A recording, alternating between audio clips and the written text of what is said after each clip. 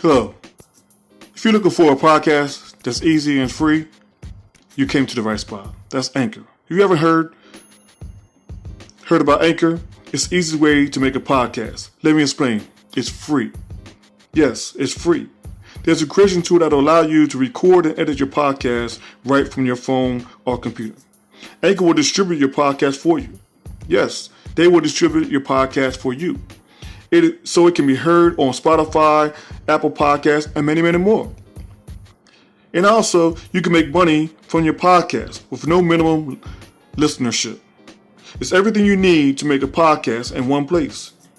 Only thing you have to do is download the app, the free Anchor app, or go to anchor.fm to get started.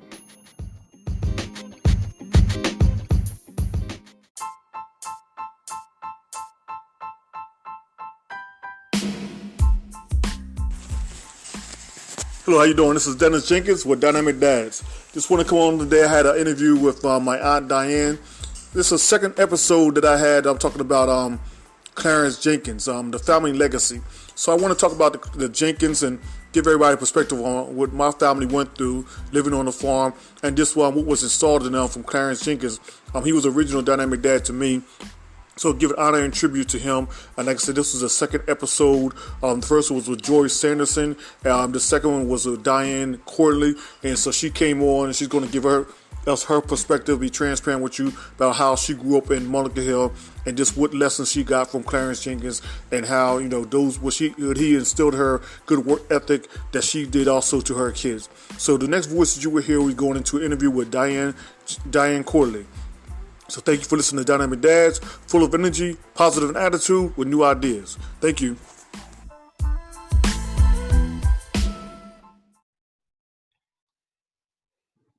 How you doing? This is Dennis Jenkins with Dynamic Dads, positive attitude, full of energy, and new ideas. And today I have on a special guest. I have my Aunt Diane, and we're going to give a special honor and tribute to my grandfather, her father, Clarence Jenkins. We had one earlier in the month, in one episode, I had my mother come on, and she gave her perspective on just how dynamic that Clarence Jenkins is. So I thought it'd be great to have another perspective from one of his daughters. Hopefully, I could get all of them on, if not, most of them, to get their perspective. So, Diane, how are you doing today? Okay, how are you? I'm doing great. So, Diane, I just want you to come in and give the people a little bio on who you are, and then we'll start talking about Clarence Jenkins. Okay. Yeah, who I am. Let's see. I was a mortgage underwriter for Crescent Mortgage. Now I'm sitting home waiting to go back to work. And that's about it.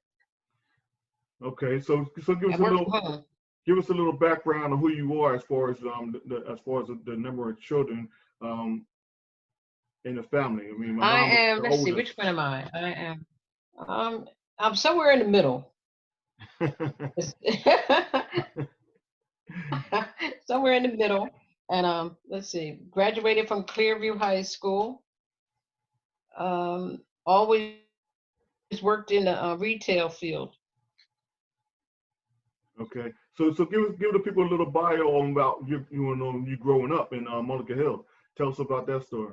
Oh my God, growing up in Monica Hill on the farm, in the country, my dad, there was 9 of us, and we had to get up. We all had chores. We had to get up in the morning and work with him, whatever he had to do. Go in the fields, saw wood, whatever had to be done. He would get us up in the morning, and we had to get all that done before we could play.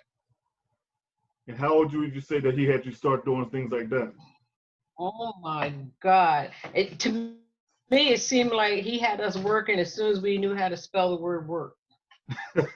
We were young. I'm not lying. He had us out there working when we were young, because he always told us no one's going to give you anything in this world. You have to get out there and work for it. So he started us off working. We started off working in the fields until he had his own business. And then when he got his own business, we had to stay down there and work the fruit stand for him.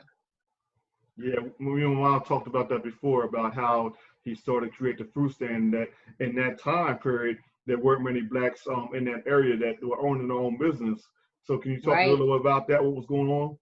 Yeah, he had his own business, and like you said, he was the only black-owned business on that highway, and he ran into all kind of competition with the Italians that lived across the street Yeah, the Versellis. from us. They had Italians down the street from us. What they did was they dropped their prices so low so they could get the customers. And when they would come up to my dad's place, they would always say the prices were too high because so and so down the street had lower prices. But my dad would always tell them the prices are low, but what is the quality of their stuff? He said, my stuff, I can guarantee my stuff is good. He said half of their stuff is rotten. Yeah, Daddy would always come to the roast stand. If he was leave out, he would come back in and go through the baskets. I mean, he could smell the fruit when you come Mm-hmm. in. And so if you smell the fruit, he would tell you right away, that boy, that basket over there, yeah, that basket over there got rotten stuff in it. He was sitting there, give me a chair, give me a stool, give me a basket. And he'd sit down with the basket and go through each pile, each basket, and turn them over from the bottom to the top. Yeah. Yeah. So you would do that to make sure that because the rest of them would go bad if you didn't sort them. Right. And then if it's, especially in the summertime, if the heat get to them and people start touching them, they'll go bad faster. And then the people would actually come up and tell us, yeah, we bought some down the street and we got them home. The whole bottom was rotten. And my father would say, yeah, see, that's what you get. You should have got them from here. We don't sell rotten fruit. Yeah, that was a trick that everybody that they would do, because like say even though they're selling it cheap, the trick was hide bad stuff at the bottom, and by the time they get home, they wouldn't notice it. Mm-hmm. But they would always complain. They would come back, and then they would stop at our place, and then they would tell us about what they went through down there. And my dad would always tell them, yeah, that's what happens. You get what you pay for. Y'all got cheap stuff, and you got garbage. Yeah. So tell us a little bit more about your perspective about Clarence Jenkins. Like I said, as a collective, as a family, he had you guys working in the field. But give me your early perspective, just a one-on-one, just how dynamic your experience was with Daddy. Well, I work with him a lot. I mean, we were, I used to sit and watch TV with me and him, watch boxing together. We worked together. He just taught you a lot. He taught you, how to be independent. So what was one of the most important things that you got from that as an early age? I mean, I know like there's a lot of sisters, a lot of competition. So what was one of the things that you start to learn at an early age when he gave you that advice? There was a lot of things that we had to get. A lot of things that on a farm, there's a lot of things you have to do. So therefore, his thing was we couldn't sit around and wait for somebody to tell you how to do it. He would show us how to do it, and you would have to get up and do it. He always said, don't sit around and wait. If you can do it, do it. If you sit around and wait, it might not get done. And back then it was important. The stuff that we had to do, you had to do it like right away, like getting up and milking the cows, feeding chickens, all that stuff is stuff that, he would show you how to do it, but in the morning you had to get up and take care of that. Yeah. So did you guys think it was a burden? I said it was 9 of you, but 7 girls and 2 young men. So did you, as a female, as a lady, did you feel that you had to take on that burden because there wasn't any boys in the family? Yeah, because there was only 2 boys, so we had to get up and go out there in the cold and saw wood and stock the wood in the house. I mean, we always thought that was men's work, but by him not having them, especially getting out there in the hot sun in the fields, we had to do all that. That was, that's who he was. He didn't, if you were a girl or a boy, it didn't matter. The work had to be done. And he always said, I got 9 kids. I'm not paying nobody to do any work. Yeah, he's like, I already got 9 employees, right? That's right. He said, I'm not every day. His thing was, if I can get out here every day and work and feed you, you can work too. So what would you say? I mean, in your own words, how would you describe him as far as his personality? And his. My dad was a quiet man. All he did was he didn't have that much entertainment. He was all about work, sleep, and his own entertainment was sitting at the TV watching the fights. That's how I learned how to watch sports with him. I used to watch the fights with him, football.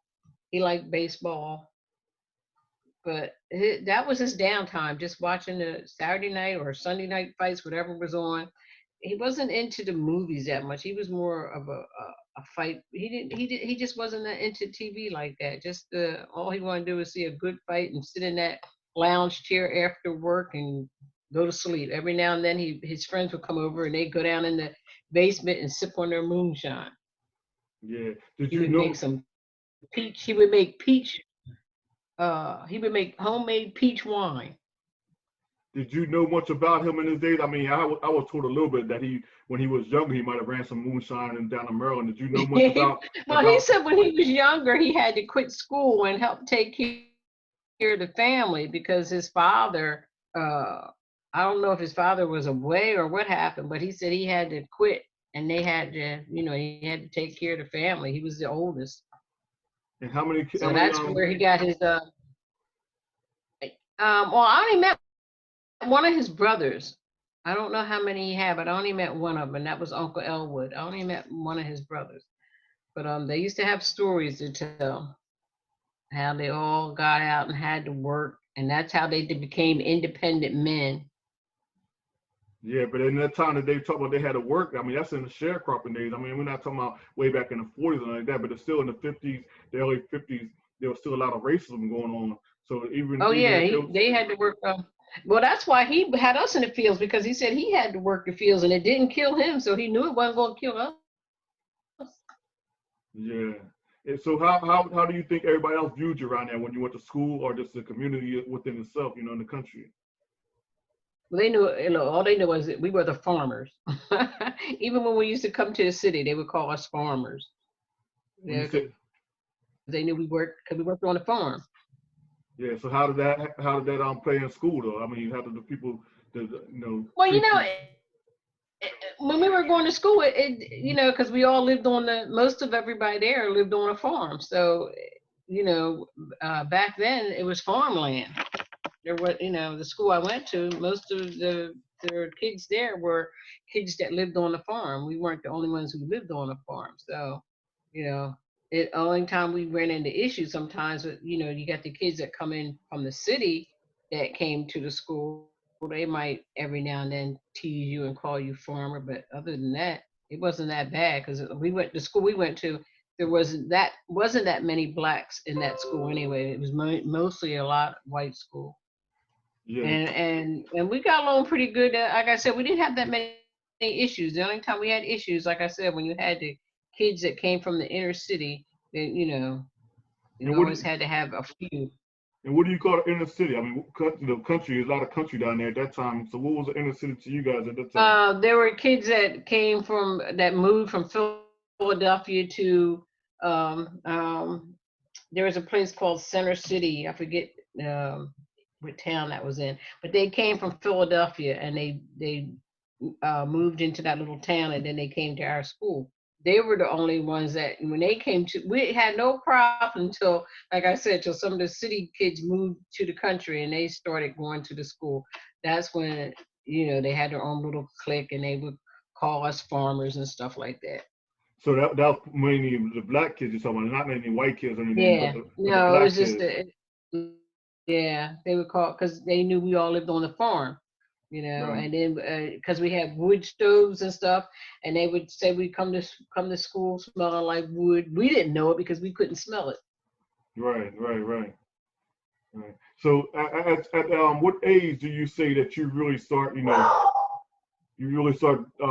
dealing with being on the farm? I mean, you say you started young. So how did you really start adapting to where this is what we got to do? It's no choice of ours. Let me just go on and do it. Oh yeah, well, like I said, he would get us up in the morning and show us the routine.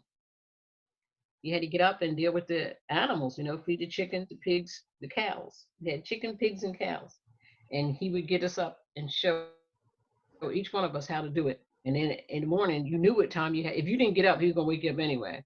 So you had to get up and take care of your chores, and then if you wanted to go play, you could play. But there was no playing until all that work was done. And then when we got really old enough, he would take us out to the fields because he owned a. We had to go out there and cut asparagus and pick tomatoes. Yeah, so you mentioned the word own. So he actually owned his own field because, like I said, there was a lot of mostly whites down there. So that particular time he actually owned a Yeah, field. he had a yeah, my father had a lot of white friends, and they would let him they gave him an asparagus field. He had to go out there and he had to take care of it. He had to plant it. They gave him the land. He had to work it. And we had to go out, cut the asparagus, and he would have to take it to the market. We did that for a good while. Yeah, I actually remember one time going out there with him to cut his facts. So that was sort of like a sharecropping thing. They gave him the field to work it. Mm-hmm. He would get certain amount of, and they would get a certain amount. So Right. it was a deal for Yeah. both for everybody. Yeah. Yeah. He would and we did that. We did that for a good while until after a while he just stopped doing it. And I think we stopped cutting that start going out to the fields when he got when he got that fruit stand, because he needed us there instead of in the fields. Right, right, right. But he had us out in wherever there was a way to make money. We had to go out in the blueberry fields, tomato fields. It was just horrible. It was hot. It was just horrible. So what advice would you what kind of tell me this, could you give me one funny story or just one crazy story between you and the sisters or between you and daddy that just you could tell to the younger generation, because we don't have storytellers in our family. We don't have people that's telling stories about how great this is what you guys went through those times. The funniest thing that I can remember is when my father was a beater. If you didn't do what he said, he didn't have a problem beating you. He would make you go out and get your own switch so he could beat you. And I'll never forget, I went out there and got my own switch, and I got a little one. He made me go back and get the biggest one I could find. Yeah. Because he said, don't bring no little switch back in here, because the little switches they don't hurt, don't break. He said, you got to go back and get a big one. I'm like, you had to go get your own switch to get beat with. That used to kill me. But he didn't mind if you didn't do what he said, boy. He did not mind it. Now, as you said, there was nine of y'all. Did you have a certain, like, one of your sisters that you guys pretty much hung out together and teamed up together? We always thought Rose and Joyce were his pets. They didn't have to work like we did. We always kept saying they were his pets. Rose didn't have to go out there and saw wood, and neither did Joyce. Somebody's at my door. I gotta go get the door. All right, we'll put it on hold for a bit. All right. All right, so we're back again. Once again, here we go with Diane, and she's going to finish up telling the story about just how dynamic Clarence Jenkins is. So, Diane, you still there? Yeah, I'm still here. Okay, so as I said, we left off, and you were talking about how Rose and Joyce were privileged, but you were more importantly just talking about how it was just so different for you guys as a family. So, talk a little bit about that. I asked you what advice could you give our younger generation of the Jenkins family that didn't have to go through that, and now they don't understand what you guys went through. Oh, I always tell my nieces and nephews that I was like, you guys, in order to come up in our era, they had to be strong. A lot of the kids today, I don't think they could survive it because they're too dependent on all this electronic stuff. We didn't have all that. There were no cell phones. We had to entertain ourselves. They can't entertain themselves. If they don't have a cell phone or a computer, they don't know how to entertain themselves. We did all that. And plus, it was like a family thing. We had each other, we had to go out there and play with each other. We had games. We played with each other. It made the family was a family then. Yeah. So what do you think that the breakdown fell apart at? When you said the family is a family, then where do you think that it fell apart? The breakdown was it when more or less when Daddy died, or? No, it's like when everybody got older. As they got older, and they started. Everybody had their own agenda. And no one, we got older. They moved out, whatever. And once everybody did their own thing, it seemed like the family went apart. Instead of getting closer, everybody went their own direction. Yeah, pretty much. I mean, you think about that. I mean, as you guys got older, everybody didn't want to live in the country no more.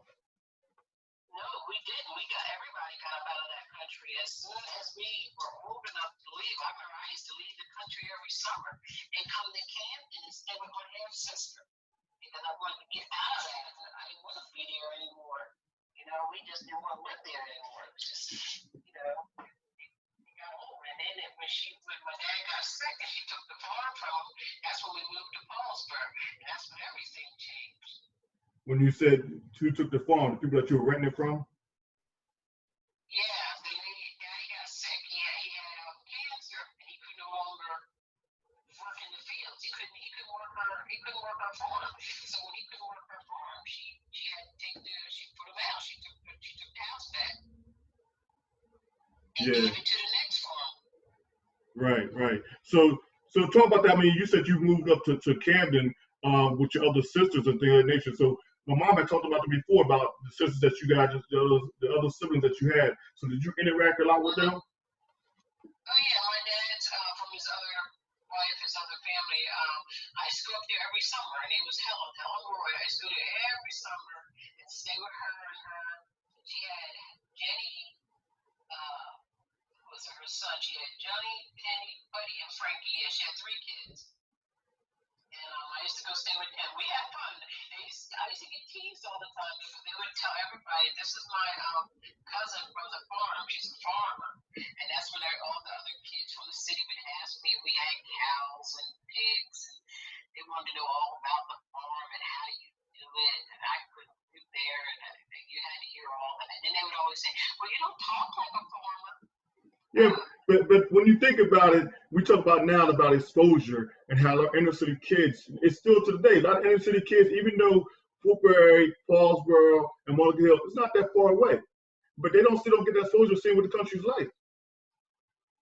Yeah, they like I told them, they had to go, they should try to live on a farm for at least a day or 2 days, see the difference.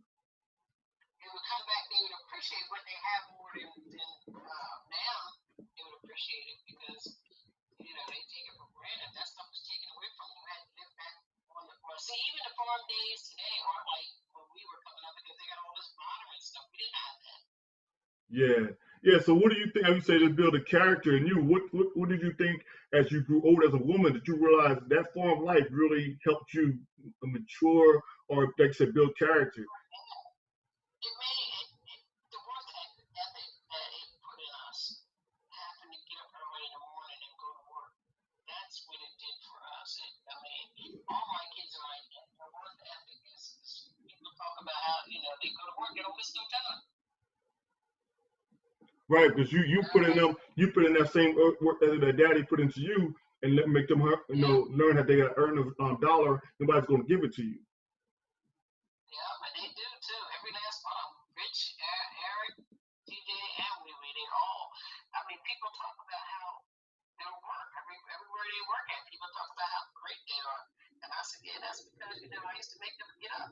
They could not be late for school. I said, yeah, because if you start out being late, you're going to be late for everything. So I would make them get up and get out. The only one I had a problem with was being on time is Richie. He's still like that to this day. He's the only one that just could not. I had to lie to him and tell him he'd be there at a certain time just to make him be on time. Yeah. So tell me as far as now, here you are, young, older lady. Like I said, daddy had got sick, so he really could perform his duties or anything. So give me a little more understanding of the people understanding of that, what that was like going through as a family. When here the matriarch, the provider of the family is pretty much going down. Like I said, the family started falling apart, so to say. Yeah, but when he went down, like I said, we moved to Paulsburg, and that's when he had to get on.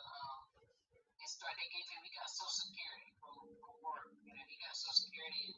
Back then, thank God it didn't cost that much to live because his Social Security paid the rent. I mean, it didn't matter. And he paid the rent, but still, we all had to get out. Whoever was working in the house had to get out and go to work. And we had to help pay the bills.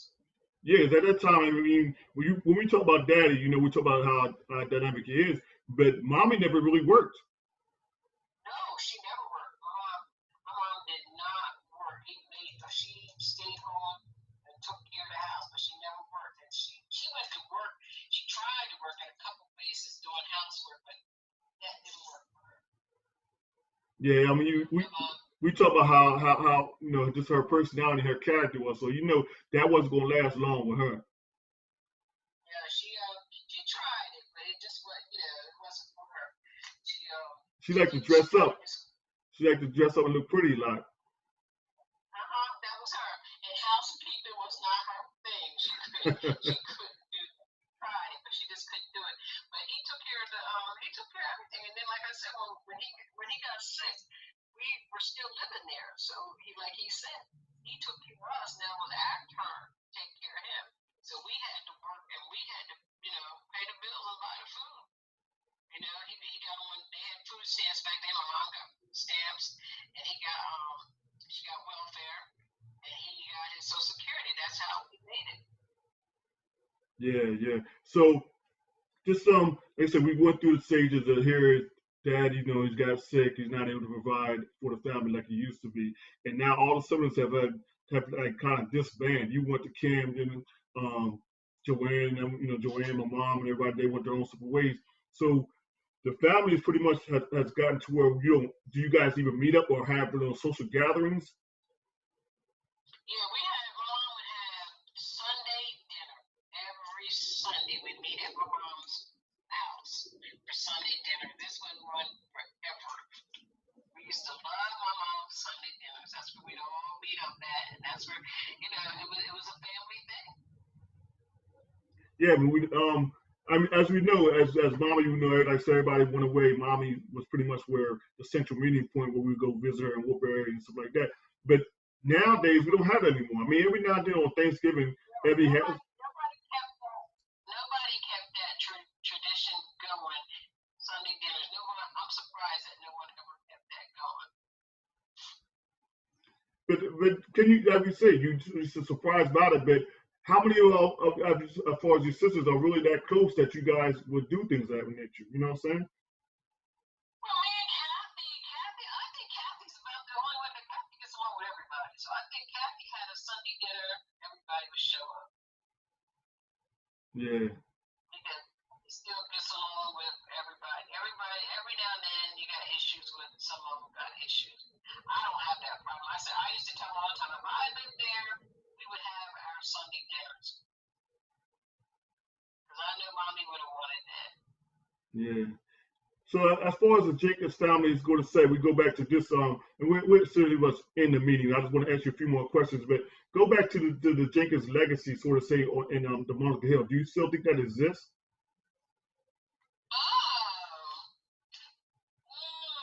No, not really. Because back then, it seems like we were all closer then. That's because, we were all together.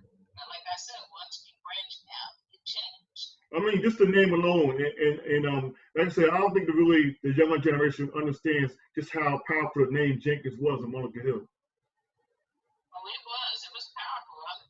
Well, one example was this is how powerful it was for my father. My father never had a driver's license, and my dad drove every day. When my dad got stopped, the cops gave him big respect. All they would say was, Jenks, you need to go home. They won't give you no ticket. They're going to tell you to go home, park that truck. Yeah, I tell people that all the time. He didn't have an education, really a high. I mean, a lot of men back those days didn't have a very good education, but he still had the tenacity to do what he had to do. Yeah, he could count money in his head. He never used a pencil.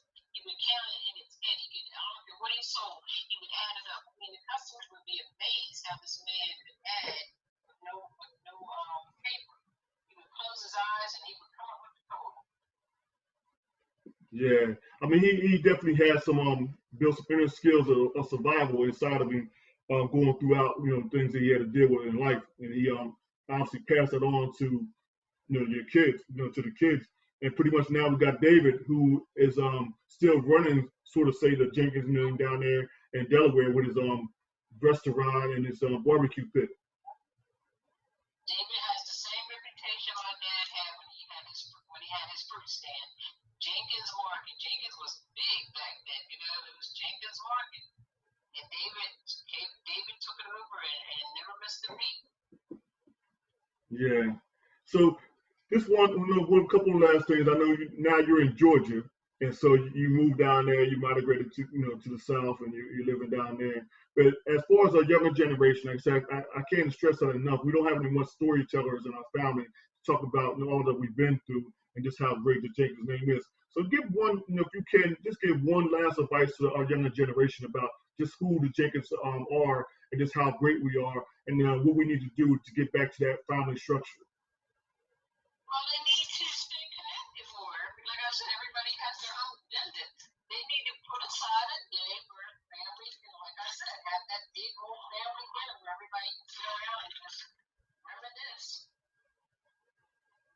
Yeah, we got to find some way to do that. We never had a family reunion. I mean, I noticed something that's kind of like got away from a lot of different people because of the generations, this is the technology and things of that nature that we can go online. Like we're talking right now, you're there 3,000 miles away and we're talking over the phone. And that's pretty much how people, go on the computer, go on the phone, and that's good enough for them. But we got to find some way to get back to where we have a one big dinner. Get back into the roots. I'm serious. We used to have the family dinners. We used to go when we lived in the country. My mom would have them family dinners, and we'd be outside playing softball. It was just fun. Yeah. So some way, some shape or form, we got to try to do that sometime soon in the future. I mean, right now everybody's on lockdown. How do you even deal with this pandemic that we're dealing with right now, being stuck in the house? I don't have no food because they said because of our age, we're more at risk than most people. So the only time we go out is to go to the store to get something to eat and then come back home. Yeah. So. And pay bills. I go pay my bills. I finally get my unemployment, which don't start until 15th. But I'll be getting that, so I can pay my bills, stuff like that. But other than that, we don't go anywhere. We just go get our food and come back in this house. I can't afford to get sick, and I've seen so many people getting sick and passing away. It's just crazy. Yeah, they said they could open Georgia back up so they have it hair salons and barbershops. They ain't talking about the business. They talking about hair salons and barbershops. What happened was one of the restaurants that opened back up, one of the employees got tested for the virus. They had to shut it back down, and everybody that ate there had to go get tested. Yeah, that's the downfall. They're not thinking about things of that nature. I mean, if somebody's got it, they got it. I don't care how bad the economy is going. If you still got people that are affected, they're going to affect other people. Yeah, but they opened it up too soon because now they had to turn around and shut back down again, and then everybody that went there to eat had to go get tested because one of the employees had the virus. Well, they think about Memorial Day coming up, so they're trying to get that money for Memorial Day. They want everybody to be able to go out there and spend some money. I don't care about Memorial Day. I'd rather have my life. I mean, it's just crazy how people are just, when we go out to the store, the people that don't wear a mask, we wondering, what are you thinking about? How do you know that this person is breathing when you don't have the virus? Yeah. Well, Diana,